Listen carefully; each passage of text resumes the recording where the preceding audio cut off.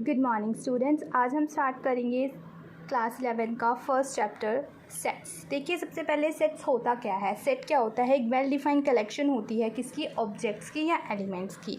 ठीक है। तो हमारे पास देखो ऑब्जेक्ट्स और एलिमेंट्स होते क्या हैं। जैसे कि ऑब्जेक्ट्स और एलिमेंट्स क्या होते हैं, हम क्या करते हैं, कोई भी सेट बनाते हैं ना, तो सबसे पहले ये बात ध्यान रखो, हम कर्ली ब्रैकेट का यूज़ करते हैं। कर्ली ब्रैकेट के अंदर जो भी हम नंबर्स दिखेंगे या फिर कुछ भी हमें बोला है कि ये किसी चीज़ का भी सेट बनाना है, उसके अंदर जो कर्ली ब्रैकेट्स के अंदर जो लिखा जाता है ना, उसको हम सेट्स बोलते हैं, एलिमेंट्स बोलते हैं। जैसे 1 2 3 हमने कर्ली ब्रैकेट के अंदर लिखा है, तो ये क्या होगी, इसको हम ऑब्जेक्ट्स बोलेंगे या फिर एलिमेंट्स बोलेंगे, इसको हम एलिमेंट्स बोलेंगे। ठीक है। और अगर हम चीज़ों के नाम लिखते हैं तो हम उसे ऑब्जेक्ट्स बोलते हैं।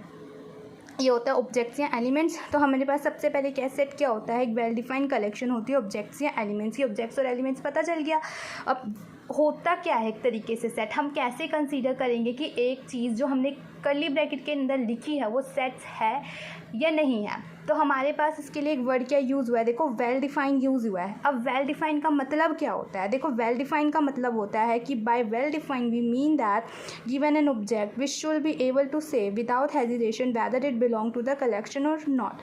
कि वेल डिफाइंड का मतलब क्या होता है कि जो हमें एक ऑब्जेक्ट, मतलब जो हमें ऑब्जेक्ट दे रखे हैं वो उस हम बिना किसी हेजिटेशन के बोल सके कि वो उस कलेक्शन से बिलोंग करते हैं या नहीं। ठीक है। मतलब हमें चाहिए कि हमने जो सेट बनाया है ना वो उस कलेक्शन से बिलोंग करना चाहिए और सारे उस बात पे एग्री करें तो ही वो सेट होगा। लेकिन अगर कोई एग्री नहीं कर रहा होगा तो वो हम सेट कंसीडर नहीं करेंगे।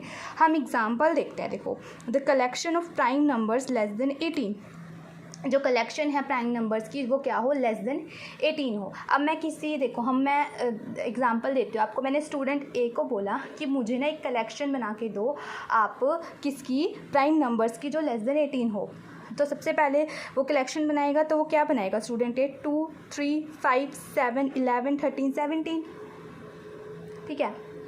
अगर मैं स्टूडेंट बी को बोलती हूँ कि वो मुझे कलेक्शन बना के दे प्राइम नंबर्स की जो लेस देन 18 है, तो वो भी मुझे क्या बना के देगा? 2 3 5 7 11 13 17। ठीक है। इसका मतलब क्या हुआ, ये सेट में कंसीडर हुआ, क्योंकि मैं किसी को भी बोलूँ तो ये सेम ही कलेक्शन बना के देंगे। बट देखो, अगर मैं बोलूँ कि तो ये क्या होगा, ये सेट कहलाएगा।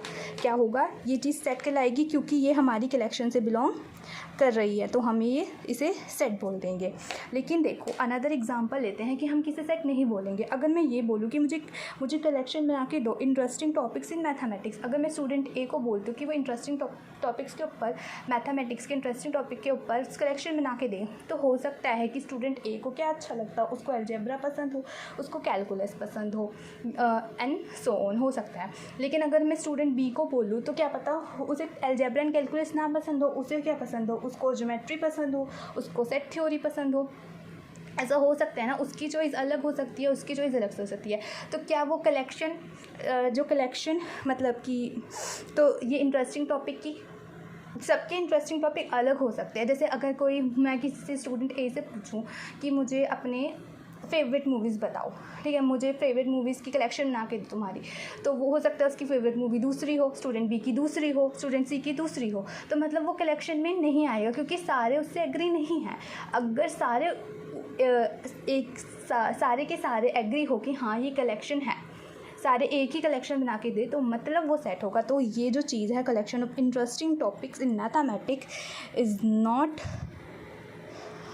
Called sets. वो क्या होगा, सेट्स नहीं होगा। इसका